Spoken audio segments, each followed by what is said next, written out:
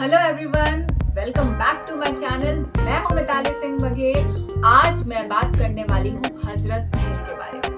हजरत महल एक ऐसी स्त्री थी जिनकी जो कहानी है वो हमारी बाकी जो क्षत्रिय और योद्धा या रानी या हुआ करती थी उनकी कहानियों से कुछ अलग होने वाली है। तो ये था 1800 का समय।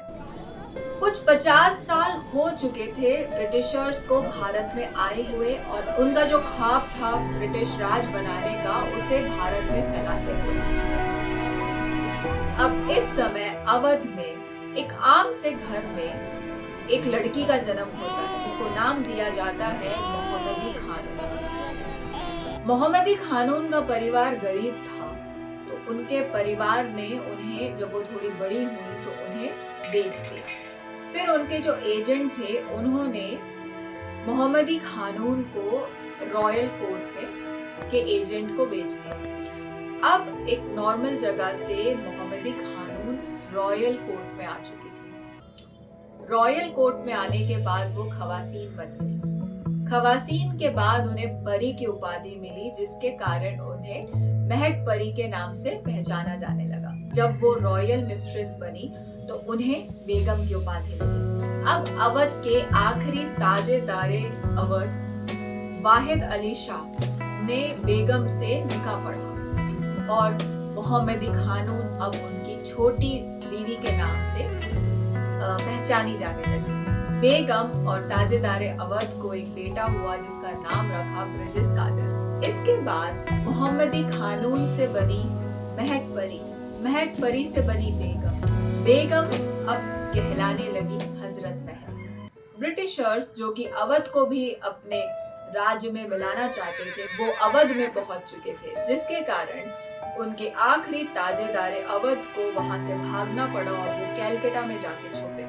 उनके जाने के बाद उनके शासन को संभाला हजरत महल ने। उनका बेटा अभी छोटा था, पर इस टाइम तक हजरत महल ताजेदारे अवध को तलाक दे चुकी थी। तो तलाक देने के बाद अब वो उनकी बेगम नहीं रही थी, पर वो ब्रिजेश कादिर की माँ थी। जो रॉयल कोर्ट के लोग थे वो हजरत महल को बिल्कुल सपोर्ट नहीं कर रहे थे, बट स्टिल हजरत महल डरी नहीं और उन्होंने अवध राज्य का शासन अपने हाथों में ले लिया। अब हजरत महल को ब्रिटिशर्स से एक बड़ी दिक्कत थी, उनके दोगलेपन से।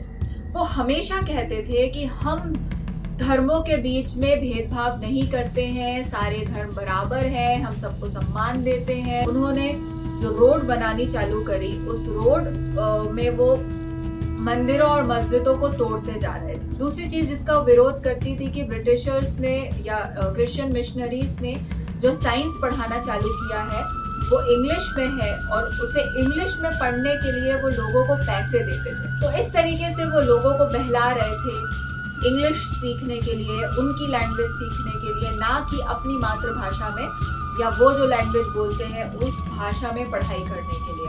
उन्होंने मंदिर और मस्जिद को बिल्कुल ही साइड कर दिया था। उनकी कोई मरम्मत नहीं होती थी, वो ऐसे ही टूट रही थी। फिर उन्होंने मंदिर मस्जिद को तोड़कर वहां पे चर्च बनाने चालू कर दिए। अब इन चीजों से हजरत महल को खास दिक्कत थी और वो इस चीज के लिए काफी वोकल थी। वो इस बारे में बात किया करती थी कि ये गलत है और हमें ऐसा नहीं करने देना है, इसीलिए मुझे ब्रिटिशर्स अपने राज्य में नहीं चाहिए, ताकि वरना वो भी यहाँ होगा। जब मैं हजरत महल के बारे में ये पढ़ती हूँ कि हजरत महल ने सिर्फ मस्जिदों के बारे में बात नहीं करी बल्कि उनने मंदिरों के बारे में भी बात करी, तो ये सुन के मुझे बहुत अच्छा लगता है, क्योंकि सेम चीज मंदिरों के साथ हो चुकी थी। कई 100 सालों से मंदिरों को तोड़कर वहां पे मस्जिदें बनाई गई थी। बड़े जो इंस्टीट्यूट्स थे उन पे आक्रमण हुए थे। इतनी बड़ी बड़ी लाइब्रेरीज थी जिन्हें जला डाला था और वो इतनी बुक्स थे उन लाइब्रेरीज में कि महीनों तक वो लाइब्रेरीज चलती रही थी। मतलब इतना कंटेंट, इतनी नॉलेज जो थी जो कि जला दी गई। शायद हमें हमारी हिस्ट्री के बारे में और चीजें पता होती, बट उन्हें जला दिया गया, जिसके लिए उन्होंने दूसरे राजाओं को सपोर्ट किया। उन्होंने स्वतंत्रता सेनानियों को सपोर्ट किया, जो ब्रिटिशर्स के विरोध में गए थे उनका सपोर्ट किया। किया। अब हम जब बाकी कहानियां देखते हैं तो उन कहानियों में देखते हैं कि वो जो रानियां हुआ करती थी वो क्षत्रिय बैकग्राउंड से ही आती थी, तो उन्होंने बचपन से ही हर तरीके के मार्शल आर्ट, युद्ध नीति, राजनीति, रणनीति ये सब सीखा होता था। पर हजरत महल एक बहुत ही नॉर्मल फैमिली से आती थी जिनके परिवार ने उन्हें बेच दिया था और वो बहुत स्ट्रगल करके इस पोजीशन तक पहुंची थी। उन्होंने युद्ध करना नहीं सीखा था, बट उनका एम उन्हें क्लियर था कि उन्हें अपने राज्य को बचाना है और जो गलत चीजें हैं उनके खिलाफ उन्हें बोलना है। राजा जलाल सिंह के नेतृत्व में उन्होंने अपने सैनिकों को भेजा युद्ध करने के लिए, जिसमें उन्होंने लखनऊ को जीता। अब उनके साथ अवध के साथ उनके पास लखनऊ भी आ चुका था। अब इन ब्रिटिशर्स के खिलाफ लड़ाई में हजरत महल अभी तक नाना साहब के साथ काम किया करती थी, लेकिन अभी उनसे हटकर हजरत महल ने फैजाबाद के मौलवी का साथ दिया शाहजहांपुर पर आक्रमण के लिए। अब जब वहां पर आक्रमण हुआ तो हजरत महल हार गई। वो हार सिर्फ उनकी शाहजहांपुर में नहीं थी, बल्कि उन्हें अपना पूरा राज्य त्यागना पड़ा।